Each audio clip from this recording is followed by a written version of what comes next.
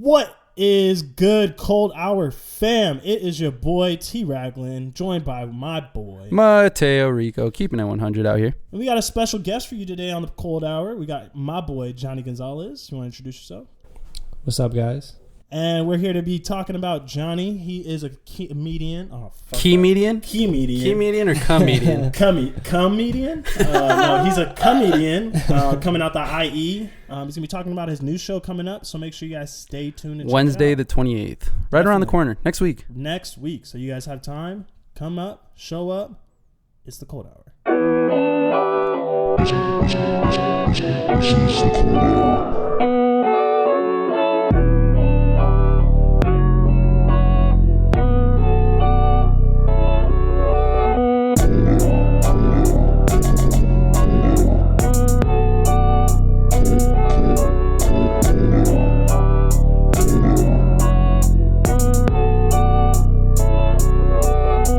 Welcome back to the show, guys. This is Mateo. Thank you for tuning in. We're super stoked to have Johnnie Gonzales. Johnnie, tell us a little bit about yourself. Johnnie Gonzales, 23 years old, originally from Fontana, California, and just a kid that has a dream like everyone else and just wants to make something of themselves, and I'm going to do whatever it takes to make it happen. How many years in comedy are you now? A little over 1 year. I started in April of 2018. So, and you just jumped straight into it, like. Well, I've always wanted to do it ever since like growing up. I've had this dream to be, to tour the country and have people pay money to come see me talk. I'm just trying to be on that type of level, Right. And comedy is helping you do that. I mean, so we grew up in high school. We went to high school together. We played soccer together. So I don't want to say we have a past because that kind of sounds romantic, and we're not romantic. We do have a past. We have a past. Homie. We have a history. We're homies. Yeah. So you've always been the funny guy to me. So, I mean, I guess it didn't take me out of the blue because I could see it. I mean, Johnny's always had that comedy, but I didn't know that you're actually going to go full send and be a comedian. So it's pretty cool that you're doing that. Was the journey going through that, like trying to figure out how to be that instrument that you wanted to be, to talk to other people? Did you know that comedy was going to be that for you? Or were you like, hey, I'm kind of funny, people laugh at me, I'm going to see what this thing can do? Excellent question. First of all, appreciate it for saying all that. Yeah, no, definitely. And I just always had this dream, just like, just growing up, I would always watch like the comedy specials on like Comedy Central with my dad. I remember vividly watching Cat Williams' special where he's wearing the green jacket. And, like, my dad's outside, like, on the grill, making dinner. Right. That's, like, a huge part of my childhood.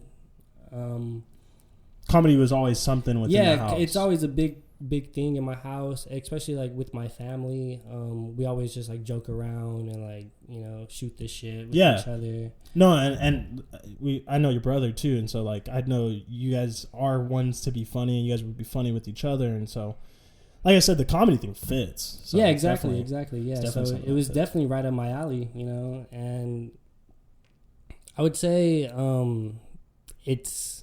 wouldn't say it comes easy to me, but it's like I definitely have a gift. I definitely feel like I have a talent for this, because I remember junior year we were doing a Socratic seminar in my English class. We're talking about like the Crucible or something like that.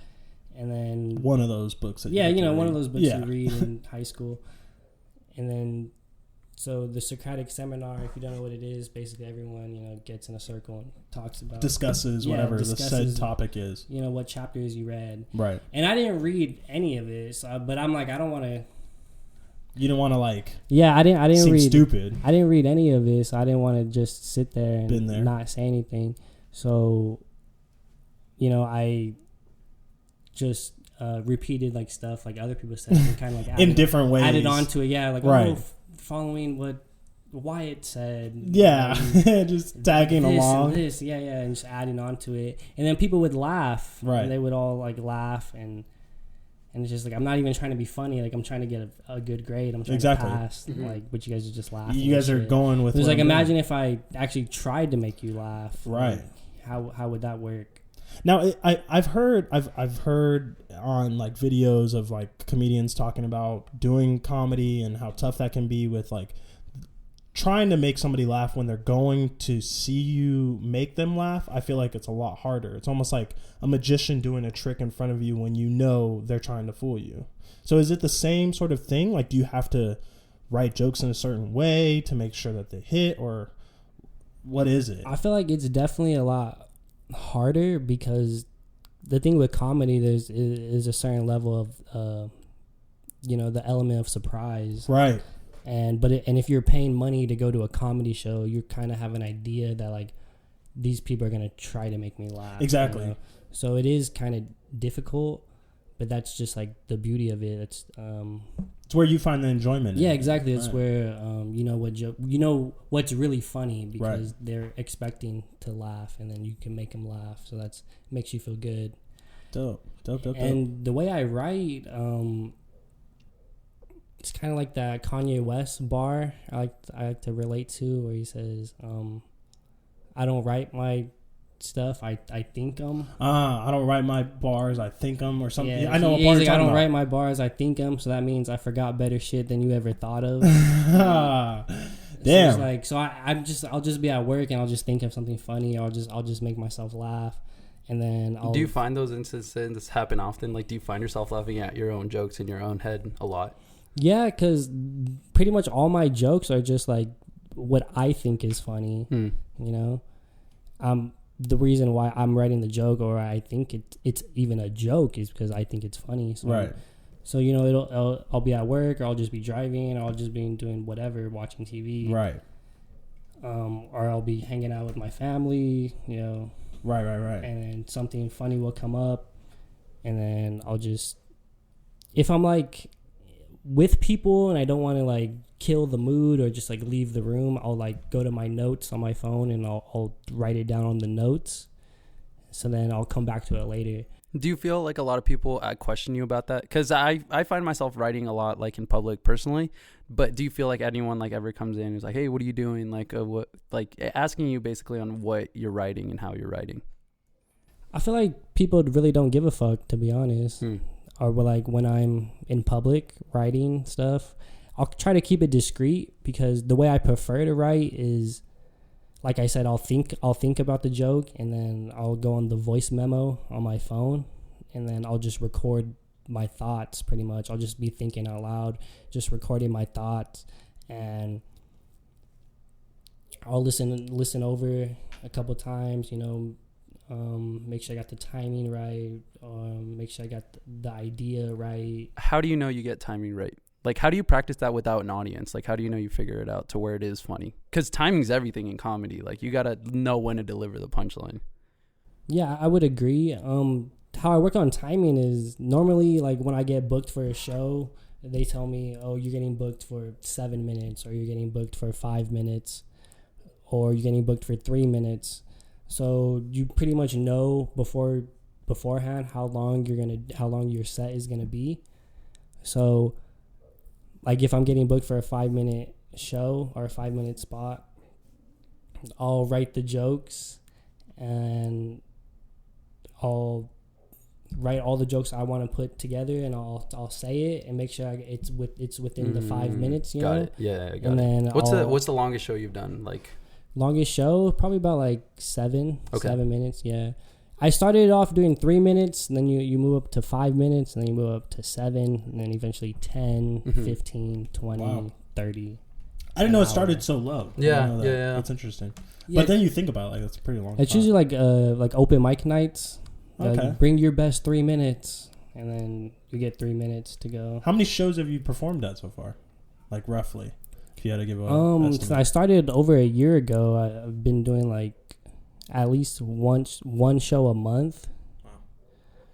But sometimes I'll do like 3 shows a month, 2 shows a month. I really want to get to the point where I'm just doing like one show a week or multiple shows a week or one show a day, you know, one show a night. That would be ideal. So most of your jokes, though, for your shows, and you gave us an example of what your show is going to look like, because we haven't been to a show, but you definitely invited us to your show coming up Wednesday, August 23rd. August 23rd. 2019. The 28th, August 28th. 28th. August 28th. This next week for us, you're going to be doing a show. So showed us some material. What is most of your material? I know you're talking about the jokes kind of come to you. Do they circle around like your life and like your experiences, or are they just kind of random? And I say random, but not in the most random way, but just kind of like spontaneous ideas, or do they kind of follow a certain trend? Most of your jokes, I'm saying. I feel like most of my jokes have to do with my life in some way or another. Right. I try to like relate to, you know, the audience and try to be a real person, you know. As real and genuine. Yeah, as real as it gets. And like one of the jokes I have, it's about Tinder and Yelp need a collab. You know? Yeah. It's that joke. And you don't have to tell. I don't want anybody to no, hear I'm not going it, to 'cause tell it. I want them to go to your show. But the way it came about is I did go on a date, but I didn't meet this girl off Tinder. Right. I just felt like Tinder's funnier. Right. People could relate more if I said, "Oh, I met this girl on Tinder." Right. You know? More people are. Yeah, people could be like, encompassed "Oh, with the okay, joke. yeah." That's so awesome. you know, it makes it more relatable. So like, Have you ever used Tinder? hey, come on, man. talk about that often. Did you ever go on a Off Tinder camera. date? Have you ever gone on a Tinder date? No, I've never met up with anyone on Tinder. That's awesome. Yeah, I don't know. I've heard stories. Neither have I. I was No, on Tinder yeah, for like a I've heard second. stories like one of my coworkers. She's actually going through a divorce right now, but that's neither here nor there. She said she met her husband off Tinder, and they have like 2 kids together. People, I mean, Tinder's successful. I want to jump into this Tinder topic. Like, why don't you? Like, why is it that you don't stay on Tinder? I don't know why. Yeah, I'm just asking a question. I feel like it's just I'm not going on Tinder to look for Mrs. Right. No. You know? Yeah. I'm gonna have to. And I side feel with like them. most the girls on Tinder are like looking for something serious. Yeah, I don't get that. Like, why are you? I wouldn't. I don't know. I wouldn't. I mean, a lot of people do. A lot of people meet their ones, I guess. No, yeah, on there Tinder. are a lot of stories. It's surprising to me because they'll be like, "Oh yeah, I met my boo off a Bumble." But then off a Tinder." again, Like, is it really the one? Like, are they really the one? It is for them, you know. For them, it is. But for some said girl at some said job. All right. Well, wasn't. where do you feel you're gonna find Mrs. Right? I'm not pressing you for it. It's just like, where? What's your ideal scenario to find Mrs. Right? Like a comedy show. Like in the Definitely middle. like it has to be organic, like nothing forced, you know. I think that's what Tinder is. I feel like it's so. It's Inorganic. so forced. Yeah. It's so Yeah. forced. Like you gotta Sign up. connect with like Facebook or the fuck. Yeah. Oh, Yeah. Make a new Facebook because you haven't been on that shit in years Honestly. and you forgot your password. Honestly. So we got this new show coming up next week. Yes, Wednesday, August 28th. Where is it at? It's at Flappers Comedy Club in Burbank, California, and the show starts at 8 o'clock. Show starts at 8 o'clock. I have 20 free tickets. Whoever wants a free ticket, just hit me up. Yeah. On Instagram Johnnie, or yeah. Twitter. Let us know if you want to get contacted after hearing this. You can hit us up on our social media page, and we'll definitely get you in contact with him about getting those free tickets to show up at Flappers Comedy Club at 8 o'clock on Wednesday, August 28th. Yeah, all you got to do is show up, have a good time. Yeah. It's free. Might as well just show Just up. a free smile, pretty Get much. and I've heard from my boss that it takes less muscles in your face to make you smile than it is to make you frown. Wow. So you're welcome. You're welcome. Your Big boss facts. is a wise man. Big facts. Who's your favorite comedian, I should say? We had a comedy special on Cold Hour talking about comedians and the comedians that we appreciate, but who are your favorite comedians? Well, I'm really interested to hear about your guys' favorite comedians, but I'll let you know mine first. Well, obviously, stating the obvious, there's Richard Pryor, Right. Eddie Murphy, The classics. Dave Chappelle, Chris Rock, all those the classics. Big names. Yeah, right, big right. names. I also like growing up. I was a Dane Cook fan. I know a lot of people aren't a fan of his due to his raunchiness. yeah. But there is that style of comedy that a lot of people are. It's like a cult following. And then when I got into him, I was like really young. I was probably like 11, so like I really didn't know any better, So I thought it was funny. Right. So I would say him. I would say Daniel Tosh. I would say Cat Williams. Do you study? Do you study them, or do you like now that this is more than just like a passion, like it's more of a craft now that you're working at, that you've been a year in?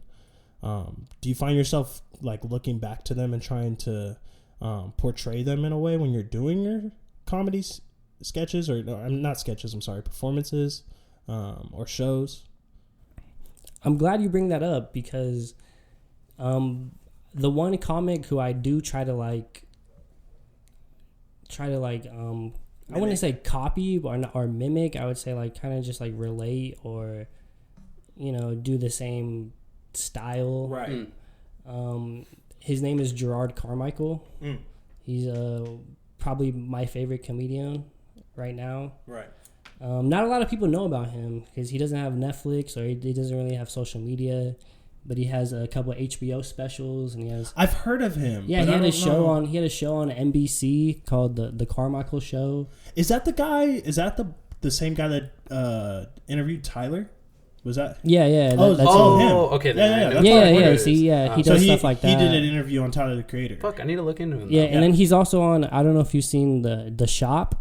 But it's like LeBron's show on where HBO. they bring on like 10 different I've heard guys. him. Yeah, they're in like a barbershop. Like he's been in that a couple times. I've heard of him. I was wondering why I couldn't remember what it was, but we talked about him on the Igor album. He did a couple of voice things on the Igor album, so I know who you're talking about. So that's really interesting. So he seems like an interesting man now. Now, I mean, given the information and like what you're saying that he's been doing, like he has to be a very interesting individual. Yeah. I would really recommend watching his stand-up specials. If you have HBO or HBO Go or anything like that, they're really interesting. And I like his style because it's not really just like, it's not like basic. It's not like a set up punchline. It's more like a conversation. Right. It's more like a very relaxed. It's controversial. Really. Natural. Yeah, it's natural and it's like genuine. It's controversial because he tries to like challenge the audience and their beliefs and the way they think. And one more time, what was his name? Gerard Carmichael. I'm definitely gonna check him out. Me too. There's a lot that's been interesting me with him doing the Igor album, doing the comedy, doing the talk shows with LeBron. That's pretty interesting stuff that he was in a Transformers. He was in Transformers. That movie where they're like in a desert. They're like it's like a junkyard, and he's like the black dude with glasses. Yeah. In the Transformer movie. Yeah. I know what you're talking about. On the movies topic, what's your favorite funny movie? What's your favorite comedy? I would have to say Superbad. Yeah, Superbad's a classic. It's on Netflix that is a classic. right now too. Pussy. I just watched it the other day. Yeah, I'm always quoting that shit. McLovin. Would you, if you got a fake ID? Okay, quick question, because I actually have people that were gonna get a fake ID, and they told me they were gonna put McLovin on. Yeah, I need one. What would your fake name be? One word. I would probably just use my real name, but if I had to like if you had to choose a fake name, probably like Carmichael? No. Bryant. Are you a Kobe fan? I am a Kobe. Nice. I didn't even catch that actually. I thought about this. I was like, if I was a porn star, my porn star name would be Michael Bryant. Michael Bryant. That's Michael a porn Bryant. star That is a name porn for star. sure. What's your porn star name? People tell me I have a porn star name. Mateo Rico? Yeah. That is kind of porn. Low key. Yeah. I didn't catch it until someone told Who me. has a right. big porn star name is that kid from Stranger Things, Finn Wolfhard. Oh yeah. Very porn star name. Finn? Yeah. Now that you say it, yeah. Finn Wolfhard? That is a fucking mouthful. Probably Yeah.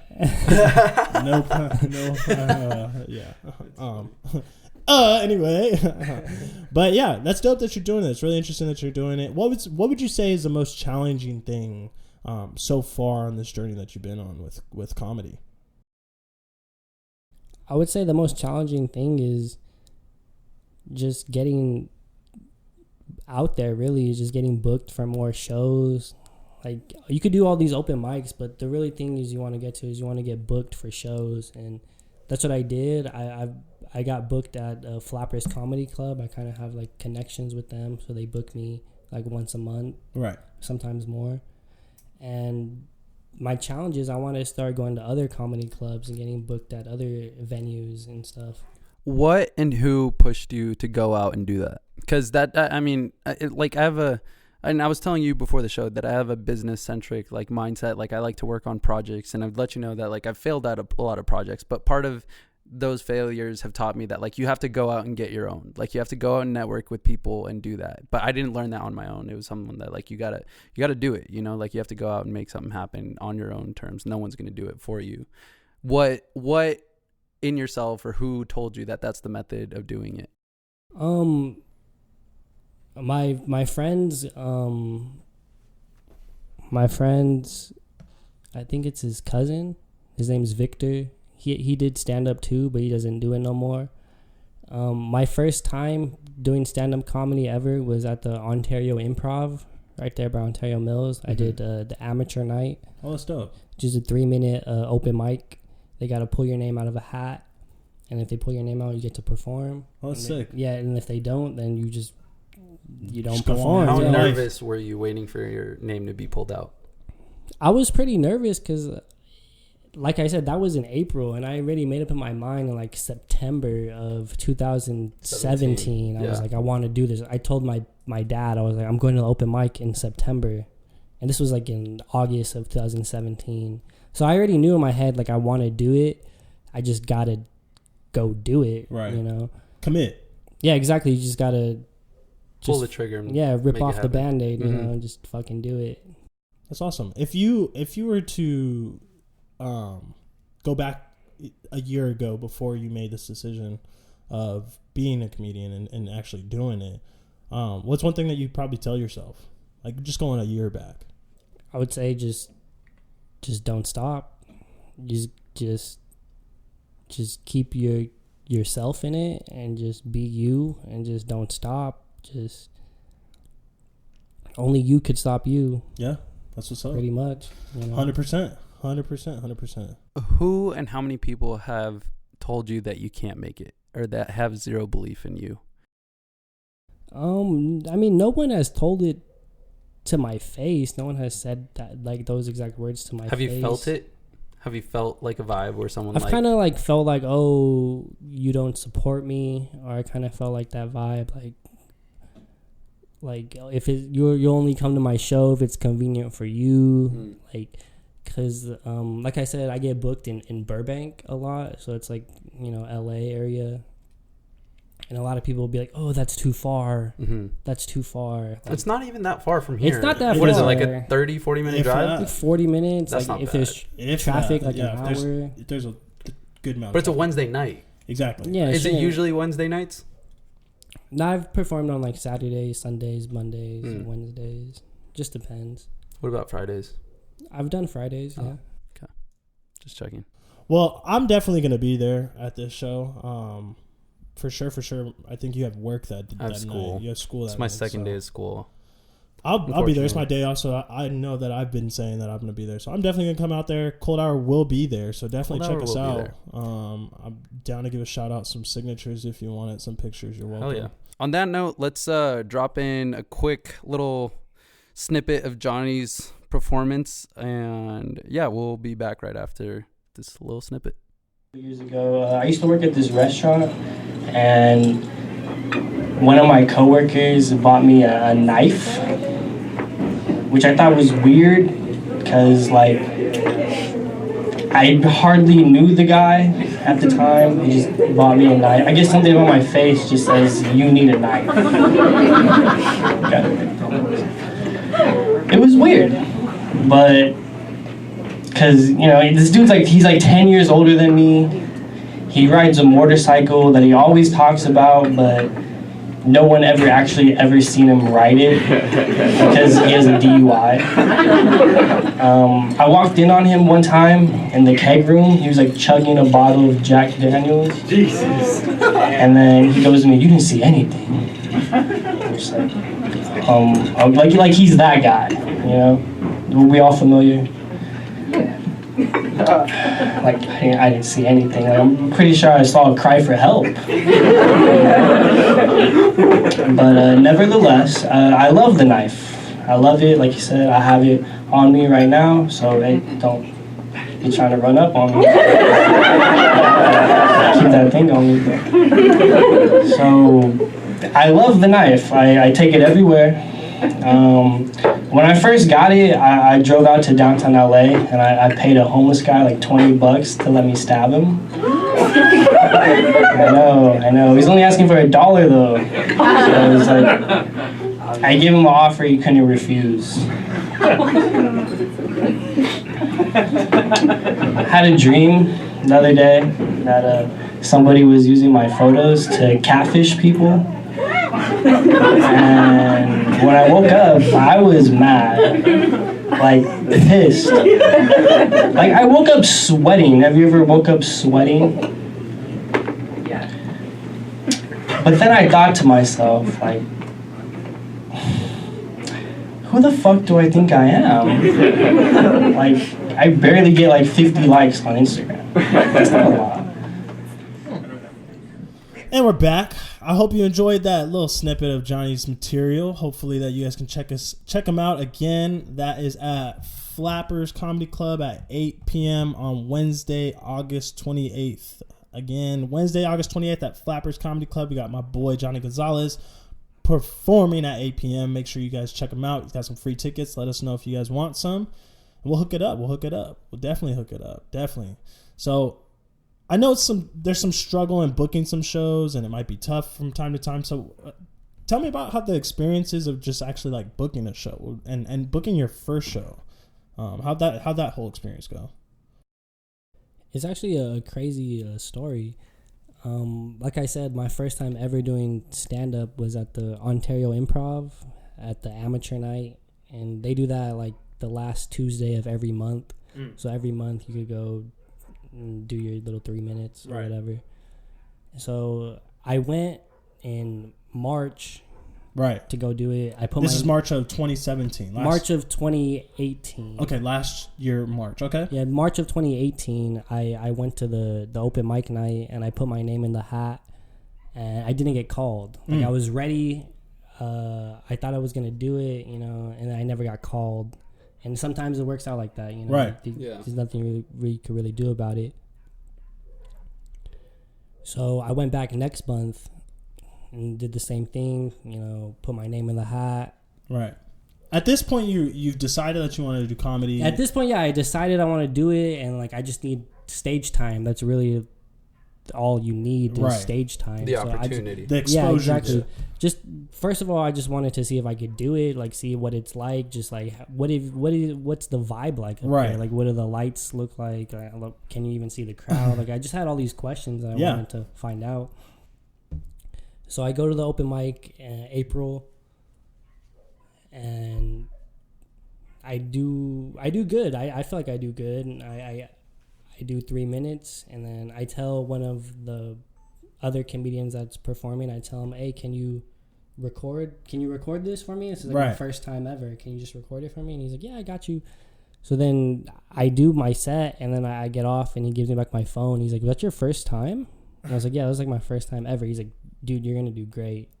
That's awesome. Do you remember his name?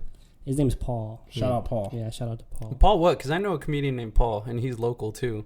That's the one. That's him. That's him. It's that guy. Paul Antonio or something like that. Yeah, he has his own like comedy club or whatever. Like he has his own...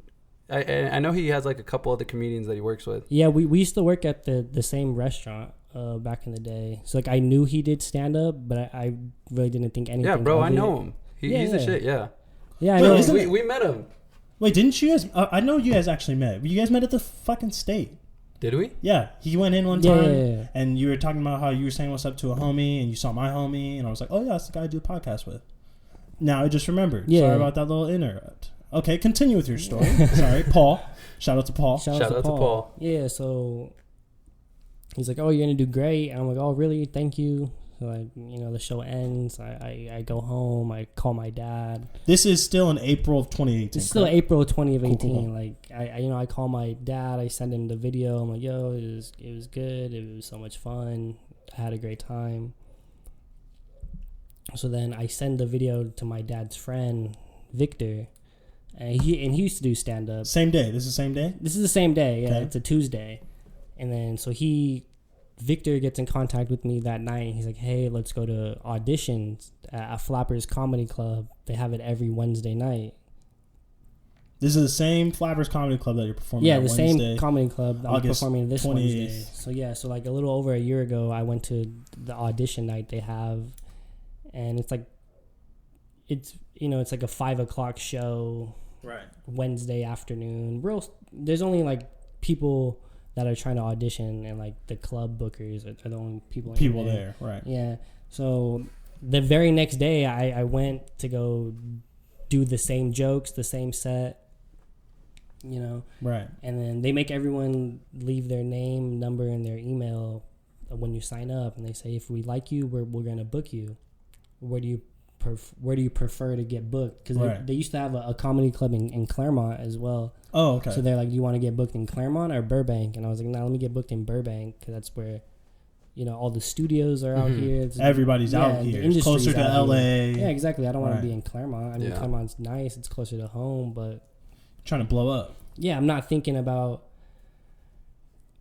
Like I said, a lot of people like only want to go if it's convenient for them. They're like, "Oh, well, let me know when you have a show closer." And I'm just like, "Bro, I'm not thinking about your gas tank. Yeah. I'm trying to blow up. Yeah, bitch. I'm trying to think about my career. Trying to get rich, bitch. Well, all that aside, I mean, I went to my friend's show the other night, and it was like an hour and a half drive, but it was worth it, Like, if you're gonna support your friend, you make it happen, You're not out there fucking waiting for it to be convenient towards you, and I totally get. So you'll make it happen for Wednesday, August 28th at 8 p.m. at Flappers Comedy Club. August 28th, 19, yeah. Continue. So yeah, so I left my number and my email, and then a couple of days went by, and then on Friday I got an email saying they want to book me for next month. So Monday you had your first stand-up experience. No, Monday I didn't even do stand up. I was just Tuesday. It was just Tuesday. a civilian. You were just a normal civilian on a Yeah. Monday afternoon. Tuesday you went and did your first comedy show ever experience, and Friday you got signed up for your first show. Yeah, so Tuesday I do a open mic night, and the next day, Wednesday, I go to audition night, and then Friday I get an email to get booked for my first booked show. Damn. So it happened pretty fast. All in 1 week. You literally were All an in 1 week. overnight comedian. Yeah. Well, it wasn't overnight because you put in work, right? Well, yeah, like, you nah, put in, I mean, overnight It's in crazy the to loosest see, sense. but like it was nice to see that fruition come about, like that 1 week, right? Like it was just like how much hard work did you put in before all this paid off in this 1 week? Like months of preparation, and just trying to get the confidence and the courage to go. You Right. know? And a lot of stuff has to factor into, like, I gotta have the day off. Like, if I'm working that night, I'll be like, I'll make an excuse. I'm like, I have work. I can't go. Even in your hat. Even in your name being pulled out of a hat. Yeah, it's just that moment in itself. Like if you it's a hadn't fate had factor. that, I wonder how much role like Paul actually played, like recording it. Like what if he didn't say that? What if he didn't say like, oh, that was awesome, your first time was awesome? If he was just quiet, do you think you'd still?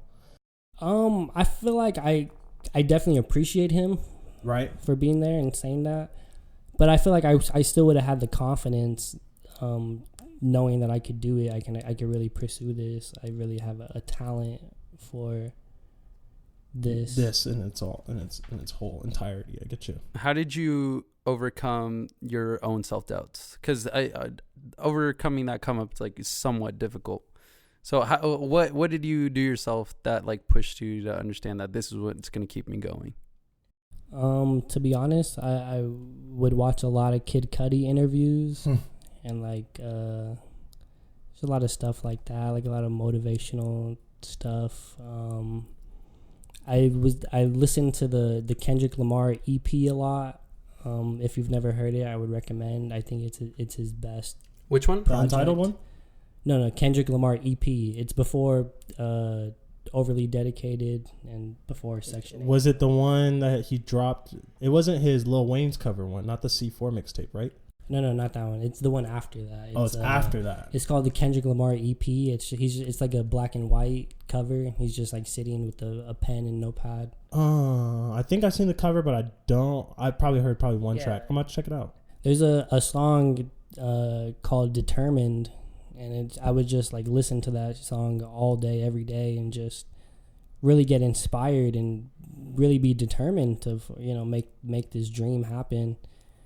If you haven't heard the song, you should listen to it, because it says there's like a bar where it goes like I just want it and I'm gonna go get it. Like I just want it, I'm gonna go get it. Yeah, I just want it, I'm gonna go get it. I know what you're talking about. I think I've heard that song. Baby, am I saying it right? If I want it, I'm gonna go get it. If I want it, I'm gonna go get it. No, I think that's a different song. That's a different song. Okay, you know what song I'm talking about. I think that's like a fucking... That's something different, right? That's it's like a Made in Teo. Yeah, there we go. That is. It is. If I Skirt, want it, skirt. I'm gonna go get it. That's a different song. Not Kendrick. That's the. That I is want not Kendrick. I want strawberry with Voss. Like, Yeah, if I want it, I'm gonna go get it. That's a different song. No, My bad. but My bad. he has this. No, in that song, he has this. He like quotes Kanye, and he says, He says, what did he say? I know it. Don't you know it? Okay.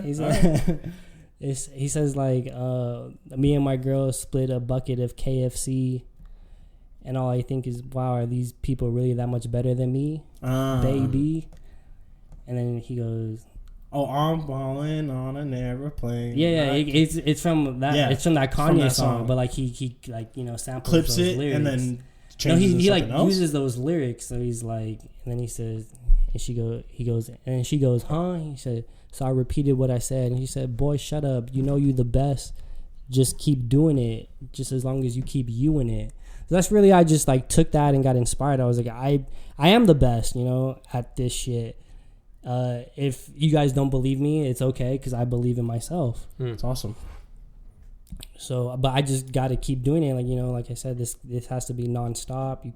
I can't just do it for a couple months and then take a couple months off. Like, that's going to get you nowhere. Absolutely. So then I just got to stay true to myself and, just don't cheat the grind, really. Just, write all my own jokes. Don't steal material. Don't do any of that. Just be authentic, really. That's awesome. Shouts out to Flappers Comedy Club for giving you that. That's awesome. Shout out to Flappers. It's all love there. Yeah, that's awesome. Well, we definitely appreciate you coming out onto the podcast. We want to have you again after this this show for sure. Again, let the people know about your show, where, so when all that jazz. All right, so I need everyone to pull up to Flappers Comedy Club on August 28th. The show starts at 8 o'clock. I have free tickets if you need them. Just hit me up. Free tickets. FREE. All you have to do is show up. That's all you have to do. Is just show up to a free comedy show. It's free, bitch. You better show up Wednesday, August 28th at Flappers Comedy Club in Burbank, California at 8 p.m. Cold Hour be there. Johnnie Gonzales will be there. He'll be delivering some material. Make sure you show up. Give him some love. Show him some love. We appreciate you coming out, bro. Definitely thank you. Big thank you. Big shouts out to Flappers Comedy Club, everybody that's been doing it. Your dad, Paul. We really appreciate you coming out. Hopefully that we can do this again. This is your boy T Raglan with the Cold Hour. We appreciate you guys listening in, showing some love, and we hope to hear you guys here soon. It's the Cold Hour.